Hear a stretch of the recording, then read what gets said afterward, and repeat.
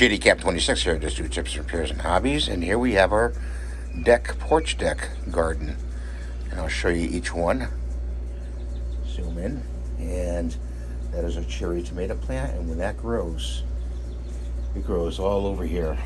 Big, very big. Get 1 million cherry tomatoes. This is our long pepper plant, red. And that's another one we planted. We planted a second pepper plant, a bell pepper, red bell pepper, and then some basil, parsley on the side.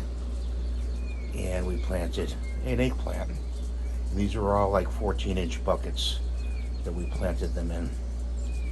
And when the fall comes and after we pick everything, it just all the soil just stays in there. So we planted this one today, the eggplant, and we'll get a lot of nice eggplants. And there's a recipe I like to do with eggplant. It's called bagnan, and it's like a marinated eggplant, like pickled, really good.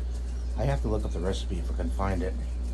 And the red bell pepper, we do, red bell pepper, like mancini peppers, and we have these we stuff, and we'll stuff the red peppers too.